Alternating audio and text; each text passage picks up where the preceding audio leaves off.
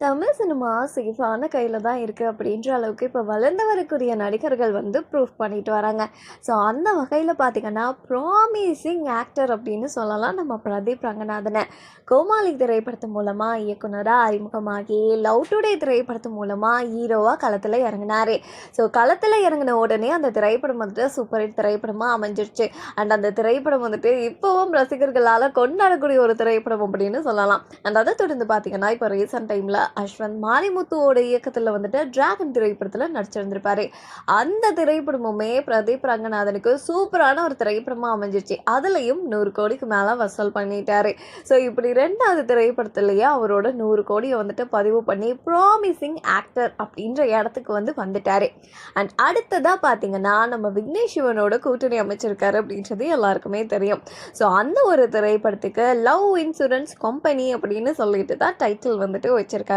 And அதே மாதிரி அந்த திரைப்படத்தில் நம்ம பிரதீப் ரங்கநாதன் கூட எஸ்.ஜே. சூர்யா அண்ட் கிருத்தி ஷெட்டி இவங்கெல்லாம் நடிச்சிருக்காங்க. இந்த திரைப்படத்தோட கதை பற்றின ஒரு அப்டேட் தான் இப்போ கிடச்சிருக்கு. 2 காலகட்டத்தை மையப்படுத்தி தான் இந்த கதையை எடுத்துருக்காங்க.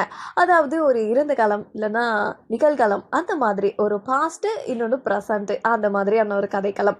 அண்ட் அதே மாதிரி இல்லாமல் இந்த 2 கதைக்களத்துலேயுமே 2 பேருமே ஒரே கேர்ளை லவ் பண்ணுறாங்களாம்.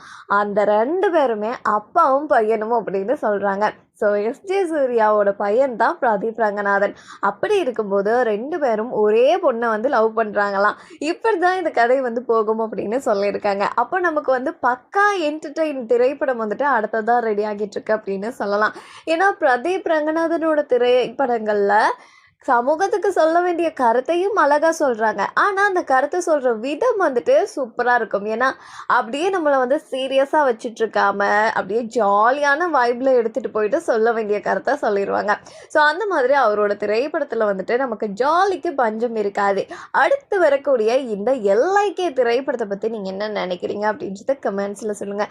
அண்ட் தொடர்ந்துமே அடுத்தடுத்த திரைப்படங்கள் பற்றின அப்டேட் எல்லாம் தெரிஞ்சுக்க மறக்காமல் நம்ம சேனலை சப்ஸ்கிரைப் பண்ணிக்கோங்க.